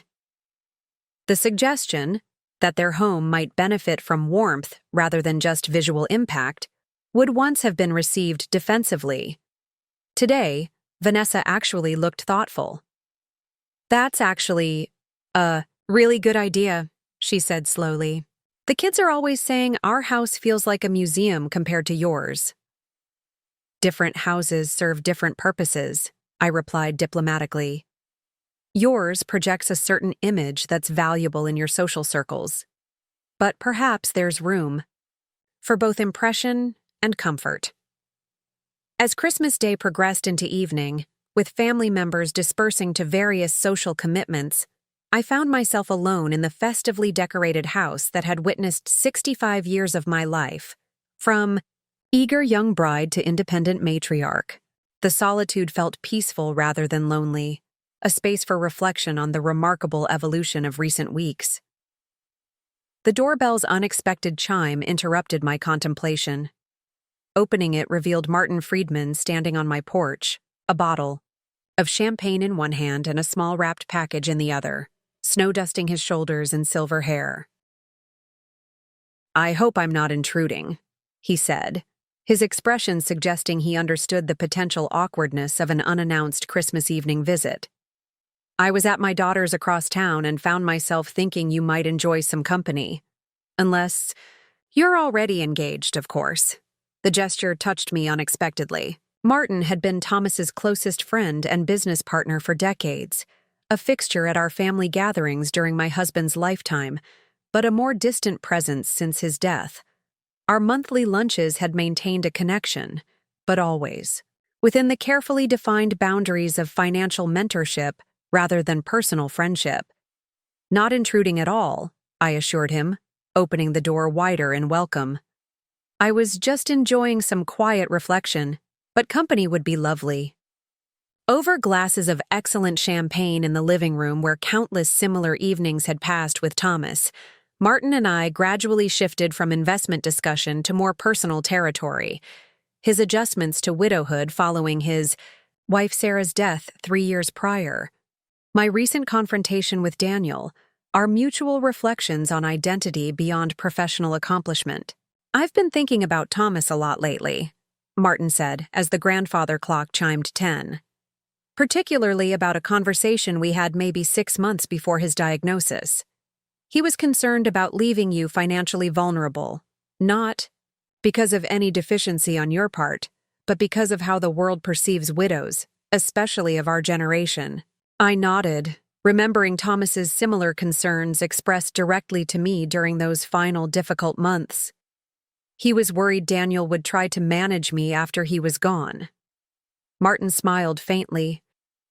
Thomas knew his son's strengths and limitations very clearly. He told me, "Martin, Margaret is twice the financial strategist Daniel will ever be, but the world won't see it because they'll only see a widow, not a capable woman in her own right." The revelation that Thomas had so clearly recognized both my capabilities and the social limitations I would face brought a rush of emotion: gratitude for his confidence, sadness at his absence, pride that I had ultimately proven him right about my resilience. "He would be extraordinarily proud of how you've handled everything," Martin continued, his gaze direct and warm. "Not just the investment success, though that's remarkable, but the way you've maintained your independence without becoming bitter or combative. The way you've built security without sacrificing compassion." The personal nature of this observation, so different from our usual carefully professional interactions, shifted something subtle between us. For perhaps the first time since Thomas's death, Martin was seeing me not as his friend's widow needing guidance, but as a woman of substance in my own right. "Thank you," I said simply. "That means a great deal, especially coming from someone who knew Thomas so well." As Martin prepared to leave, he handed me the small wrapped package he'd brought. "This isn't exactly a Christmas gift," he explained, More of a historical document, I thought you should have. Unwrapping it revealed a leather-bound journal I recognized immediately as one of Thomas's investment diaries. The notebooks where he had recorded not just transactions but his thinking behind each decision, his assessment of economic trends, his long-term strategic planning. I found it when cleaning out some old files at the office, Martin explained. It's from the year you and Thomas married. If you look at the margin notes, you'll find something interesting. Later that night, after Martin had departed with the promise of dinner later that week, I examined the journal carefully. There, in Thomas's precise handwriting alongside entries about market movements and interest rate predictions, were notes referencing conversations with me, my perspectives on property valuations, my observations about consumer behavior, my suggestions about long-term investment horizons. Margaret's insight about the Westbrook development proved accurate. One note read, "Property values increased 17%, as she predicted based on school district changes." Remember, her instincts often exceed the formal market analysis. The evidence that Thomas had valued my financial perspectives even at the beginning of our marriage, long before I had any formal involvement in his professional world, confirmed what I had always felt, but occasionally doubted during the vulnerable years following his death. He had seen me fully, respected my insights, and incorporated my thinking into his professional decisions, even when the world would have dismissed a young wife's opinions as irrelevant. This validation from the past fortified my resolve for the future.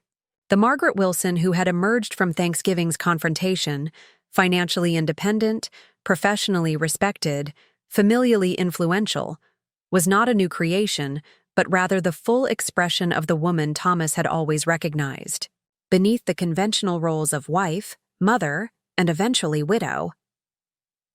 As the year drew to a close, I found myself considering Catherine's suggestion about broadening my focus beyond financial security and family stability. The unexpected connection with Martin hinted at possibilities I hadn't previously considered. Not just romantic companionship, though that remained an open question, but deeper engagement with the community, more extensive use of my financial knowledge to benefit others, perhaps even collaboration on investment approaches that prioritized stability and social good over maximum short-term returns. The Victorian house on Maple Street stood secure, its future as a family gathering place, protected for generations to come. My financial independence had been not only maintained but publicly acknowledged, transforming both how others perceived me and how I moved through the world. My relationships with family members, particularly my grandchildren, had evolved toward greater authenticity and mutual respect. These foundations, solid as the house itself, now offered a platform for whatever came next. At 65, with the artificial constraints of others' limited perceptions finally shed, I stood at the threshold of possibilities I had never anticipated when Thomas's death had seemed to define my future as primarily one of loss and limitation. The final evening of December found me in Thomas's study, now truly mine after years of maintaining it as a shrine to his memory. The desk calendar sat open to the last day of the year, the blank squares of January awaiting entries that would reflect not just maintenance of what I had built, but expansion into new territory. I thought of Daniel, gradually adjusting to our reconfigured relationship, finding his way toward a more sustainable approach to both finances and family connections. I thought of Emma and Jason, benefiting from my subtle influence toward authentic self-development rather than conformity to external expectations. I thought of Catherine and Meredith, whose partnership offered a model of genuine equality I hadn't achieved in my more traditional marriage despite Thomas's respect for my capabilities. And I thought of Martin's unexpected Christmas visit, the way his perception of me had visibly shifted over recent months, the potential for connection beyond our long-standing financial discussions.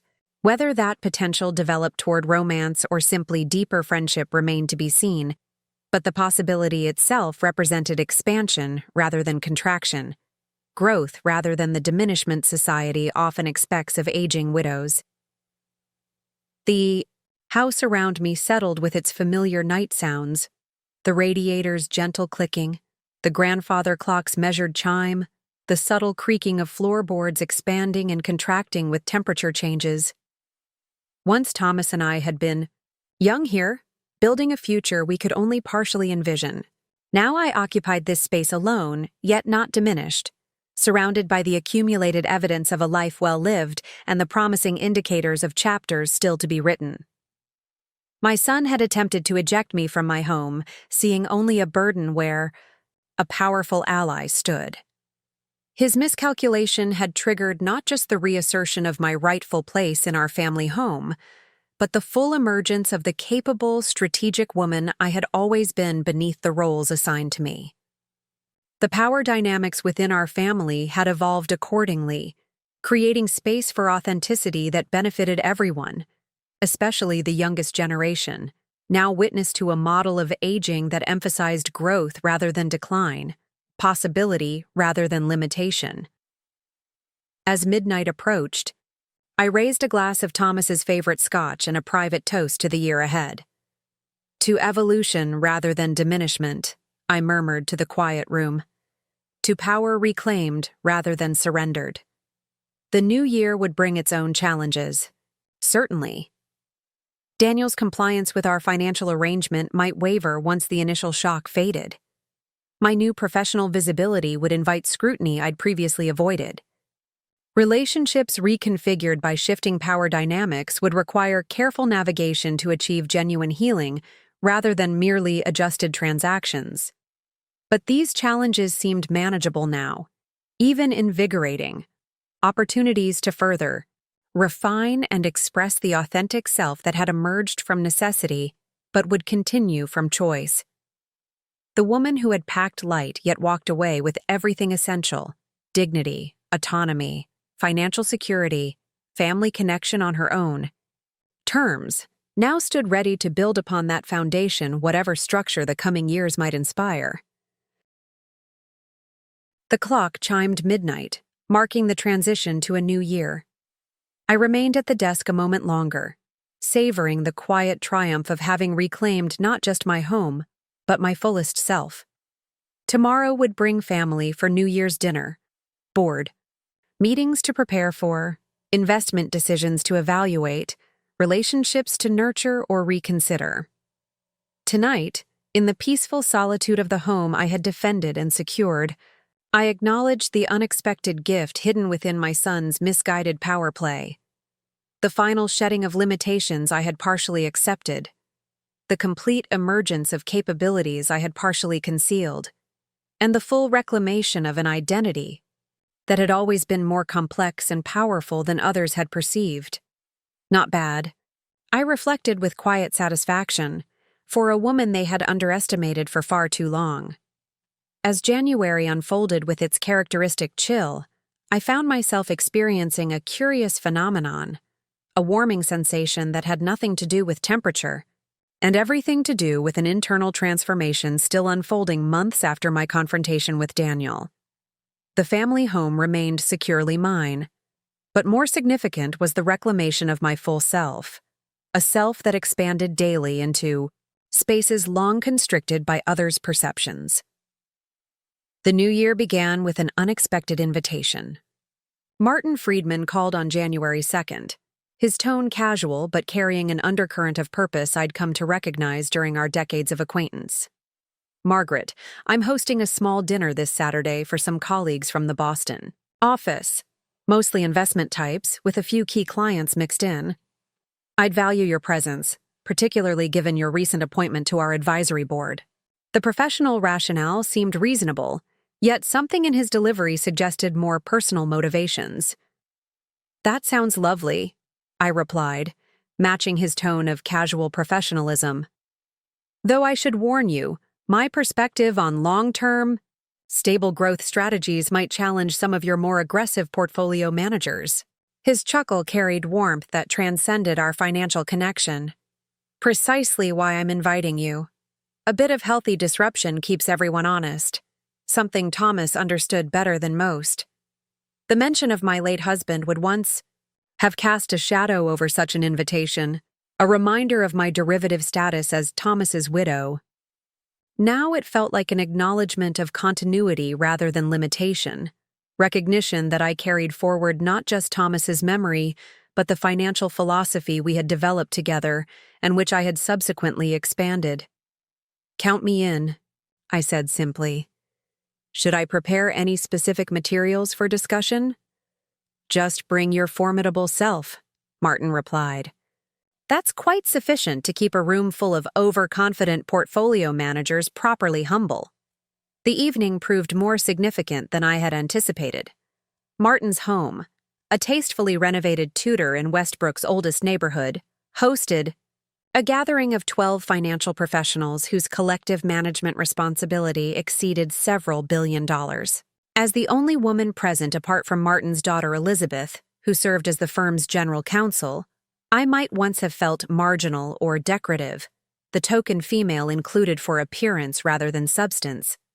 Instead, I found myself naturally assuming a central role in discussions ranging from international market volatility to ethical investment considerations for generational wealth transfer. My years of independent analysis, unconstrained by institutional momentum or peer pressure, had produced insights these conventionally trained professionals found both challenging and valuable. Your approach to real estate valuation in transitional neighborhoods is fascinating, commented Jeffrey Harris, managing director of the Boston office, during dinner. It contradicts conventional metrics, yet has clearly yielded superior returns. Would you consider documenting your methodology for broader application across our client portfolios? The request, to share, rather than merely apply my financial strategies, represented a fundamental shift in how my expertise was perceived. No longer was I the passive recipient of financial wisdom. I had become its recognized source. I'd be happy to outline the basic approach, I agreed, though much depends on detailed local knowledge that can't easily be systematized. Perhaps we should consider a pilot program with selected properties, properly monitored over an 18-month cycle. As conversation flowed through dinner and into coffee, I noticed Martin observing these interactions with evident satisfaction, occasionally catching my eye with subtle nods of approval or amusement when one of his colleagues expressed surprise at the depth of my market understanding. The dynamic reminded me of countless business dinners with Thomas, where he had similarly witnessed my quiet competence while allowing others to discover it for themselves rather than proclaiming it. When guests began departing around 11, Martin asked if I might stay a bit longer to discuss a specific investment opportunity. The pretext seemed transparent, particularly when Elizabeth glanced between us with poorly concealed interest before taking her leave, but I appreciated the discretion it offered both of us. I suspect there's no actual investment opportunity requiring immediate discussion, I observed once we were alone, settled in his comfortable study with snifters of excellent brandy. Martin smiled, the professional mask slipping to reveal something more personal. Guilty as charged. Though I'd argue that meaningful connection at our age represents its own kind of investment opportunity. The directness of this statement, acknowledging both our mutual interest and our advanced life stage, was refreshing after decades of carefully constructed professional boundaries. An intriguing perspective, I replied, allowing warmth to infuse my tone. Though prudent investors always consider risk factors alongside potential returns. Indeed they do. He studied me over his brandy glass, his expression thoughtful. The risk, as I see it, is allowing established patterns to prevent exploration of new possibilities. The potential return, well, that might be discovering that life still holds unexpected joys, even after significant losses. The conversation that followed unfolded with the careful consideration of two people accustomed to thorough analysis before commitment. We spoke of our respective marriages, his to Sarah, a vibrant artist whose multiple sclerosis had gradually diminished her physical capabilities while leaving her spirit intact until her death 3 years earlier. Mine to Thomas, whose partnership had shaped my understanding of both finance and family connection. "Sarah always liked you," Martin remarked as midnight approached. "She said you were the only wife among our social circle who never treated her differently as her condition progressed. You saw her, not her illness." "She was easy to see," I replied honestly. "Her creativity and perspective remained so vibrantly present. Much like you've remained vibrantly present throughout these years since Thomas's passing," Martin observed. "Not frozen in grief or defined by loss, but continuing to grow and evolve. It's been remarkable to witness, particularly this past year. The validation of my journey, not just my financial acumen, but my personal resilience, touched something deep within me. Thomas had been my first and only love, our connection so fundamental that I'd never considered the possibility of another meaningful relationship. Yet here, in the quiet comfort of Martin's study, I found myself open to possibilities I hadn't previously acknowledged. "I've been thinking about Catherine's suggestion to broaden my focus," I admitted. "Not just financial management and family stability, but perhaps personal connection as well." Martin's smile held both understanding and invitation. "I'd very much like to be part of that broadened focus, Margaret, at whatever pace and in whatever capacity feels right to you." As January progressed, this unexpected development added another dimension to my expanding life. Martin and I began seeing each other regularly, dinners at favorite restaurants, performances at the Westbrook Symphony, quiet evenings discussing books or investments or family dynamics. The relationship evolved with the measured consideration of two people who had experienced profound love and loss, who understood both the value of connection and the importance of maintaining individual identity within it. Daniel's reaction to this development proved surprisingly nuanced. When he encountered Martin and me at a charity gala in late January, our first semi-public appearance as a couple, his initial shock gave way to genuine consideration. "Mother," he said during a private moment while Martin spoke with colleagues, across the room, "I admit I didn't see this coming." "Life continues to offer surprises, doesn't it?" I replied mildly. "Rather like discovering your mother is a more capable financial strategist than you'd realized." The gentle reminder of his previous underestimation elicited not defensiveness, but a rueful smile. "Touché. Though in fairness, you concealed that particular light under a very convincing bushel for many years." "True enough," I acknowledged. "Just as I've kept most aspects of my personal life private since your father's passing. But circumstances evolve, as do people."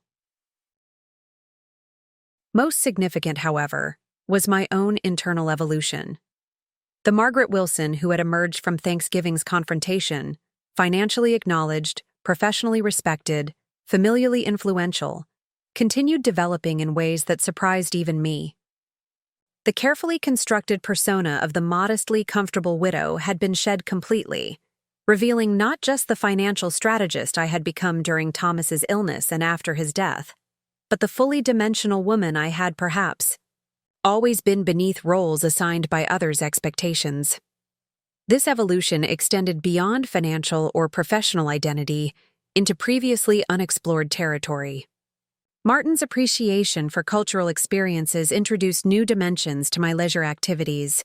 Jazz performances I might not have selected independently, art exhibitions that challenged conventional perspectives, even weekend trips to neighboring cities where anonymity allowed exploration of new identities unburdened by decades of established patterns.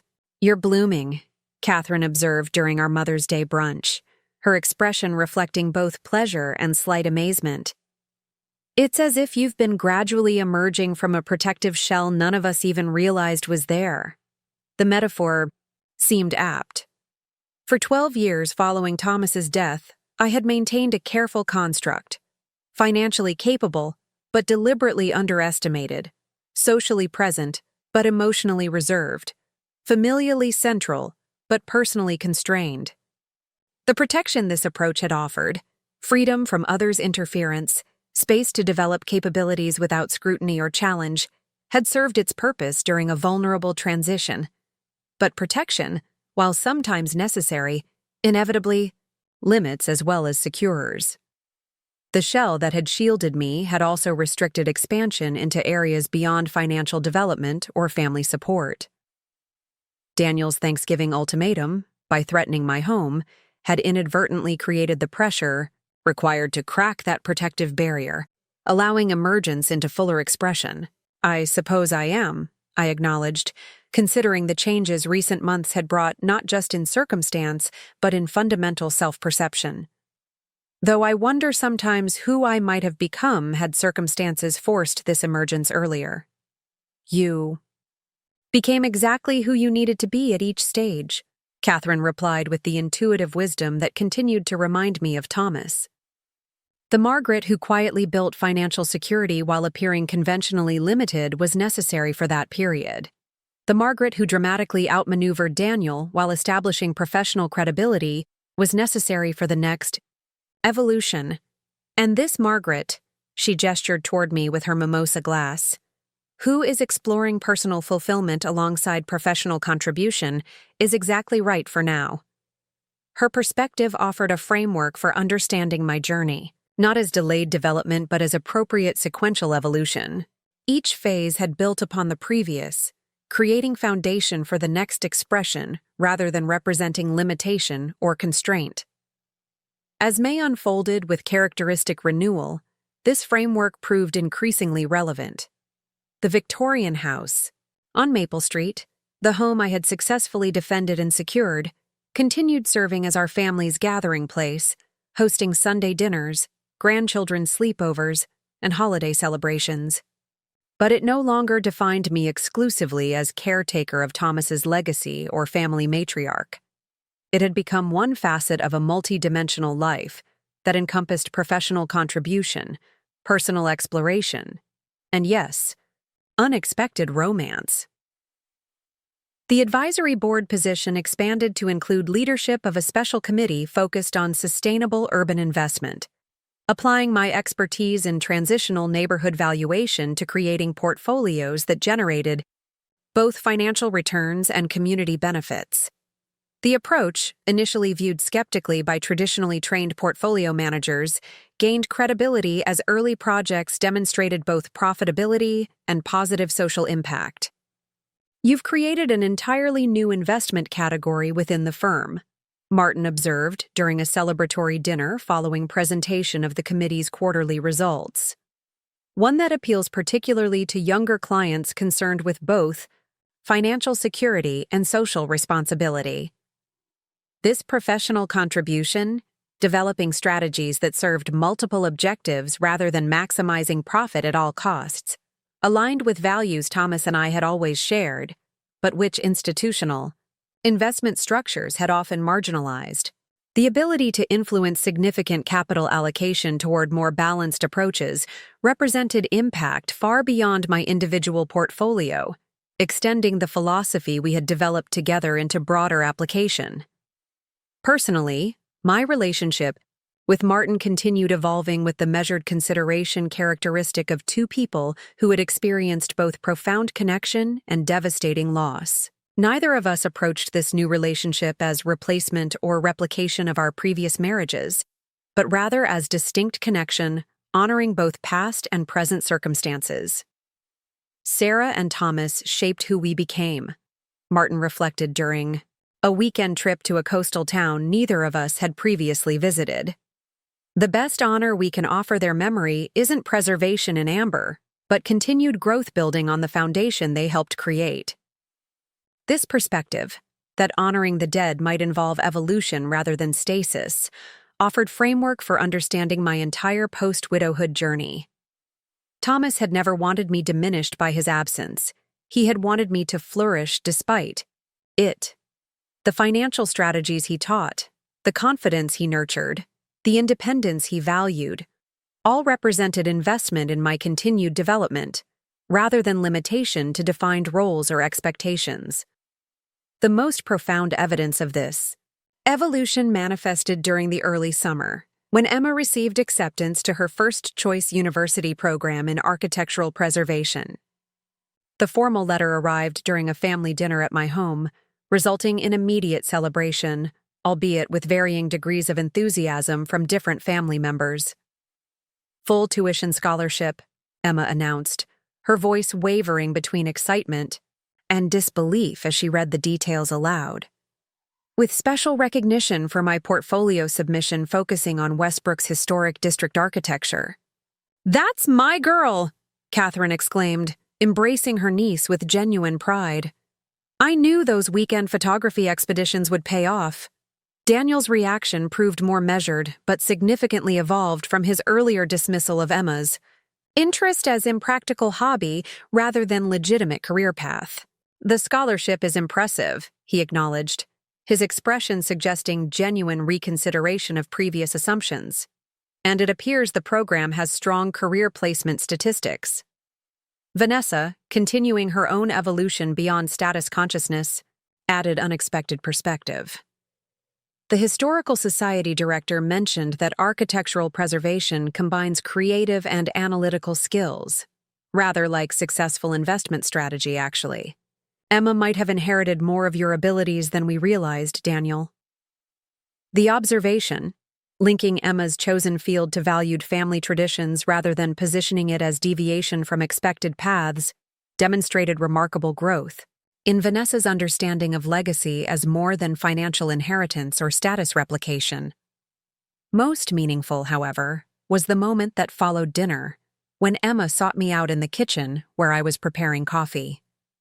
"I wouldn't have done it without you," she said simply, her young face solemn with the weight of recognition beyond her years. "Not just the recommendation letters or the connections to the Historical Society, but seeing you stand up for yourself, pursue what matters to you regardless of what others expected. It showed me I could do the same." The observation that my journey had provided not just practical assistance, but fundamental modeling of self-determination, touched me deeply. Throughout my life, I had concerned myself primarily with financial security, family stability, and maintaining connections across generations. The possibility that my personal choices might influence not just circumstantial outcomes, but fundamental identity development in the younger generation hadn't fully registered until this moment. We influence each other in ways we don't always recognize, I replied, embracing my granddaughter with surprising emotion. "Your persistence in pursuing your passion despite initial discouragement helped me recognize the importance of authenticity at any age." The reciprocal nature of our influence, grandmother and granddaughter each drawing courage from the other's example, illustrated perhaps the most profound lesson of my recent journey. That true legacy transcends financial assets or professional accomplishment to encompass the modeling of authentic self-expression regardless of external expectation or conventional limitation. As June arrived with its characteristic abundance, I found myself contemplating this expanded understanding of legacy while tending the garden Thomas and I had established decades earlier. The roses he had planted now grew alongside newer additions I had selected, native perennials requiring less water, flowering herbs that supported local pollinators, experimental varieties developed for climate resilience. The garden, like my life, had evolved beyond its original design while honoring its fundamental structure. New elements complemented rather than replaced established plantings, creating a landscape both familiar and fresh, rooted in history yet responsive to changing conditions. Martin joined me that evening on the porch overlooking this evolving garden, bringing news that added yet another dimension to my expanding life. The Sustainable Investment Committee I chaired had attracted attention beyond our regional market, resulting in an invitation to present our approach at a national conference focused on impact investing. "They're particularly interested in your methodology for evaluating neighborhood transition indicators," he explained, his professional admiration evident alongside personal pride. "Your perspective challenges conventional metrics in ways that could significantly influence how urban investment is approached nationwide. The opportunity to shape investment philosophy beyond our local market, to potentially influence how capital flows into communities typically marginalized by traditional investment approaches, represented impact I hadn't previously considered possible. From modest widow managing personal finances to respected advisor potentially influencing national investment strategies, the trajectory seemed almost implausible when viewed as continuous progression. Yet Catherine's framework offered coherent understanding. Each phase had built necessary foundation for the next, creating not just financial security, but credibility, influence, and ultimately the platform for broader impact. The Margaret who had quietly managed personal investments had developed strategies later recognized as innovative precisely because they evolved outside institutional constraints. The Margaret who had dramatically established independence from Daniel's attempted control had demonstrated both capability and principle necessary for professional credibility. And this current Margaret, confident in professional contribution, engaged in meaningful personal connection, respected within her family on her own terms rather than through derivative status, represented not rejection of previous identities, but their natural evolution into fuller expression. As summer progressed toward autumn, marking nearly a year, since Daniel's Thanksgiving ultimatum had triggered this cascade of transformations, I found myself hosting a different kind of family gathering. The Victorian house on Maple Street, the home I had successfully defended and secured, welcomed not just immediate family members but Martin's children and grandchildren as well, creating expanded community that honored both our individual histories and our developing shared narrative. Daniel, continuing his own evolution, engaged Martin's son Michael in surprisingly open conversation about balancing financial success with personal fulfillment, a topic that would have seemed entirely foreign to my status-conscious son just months earlier. Vanessa, having embraced their downsized lifestyle with unexpected enthusiasm, compared garden designs with Martin's daughter Elizabeth, whose environmental concerns aligned with Vanessa's newly discovered interest in sustainable home management. Emma, home briefly before departing for her university program, moved confidently among both families, her conversation reflecting the balanced perspective of someone who had witnessed significant transformation while developing her own authentic path. Jason demonstrated equal comfort, bringing his newly developed audio engineering skills to create a multi-generational playlist that somehow satisfied musical preferences from the twins' contemporary favorites to Martin's jazz standards.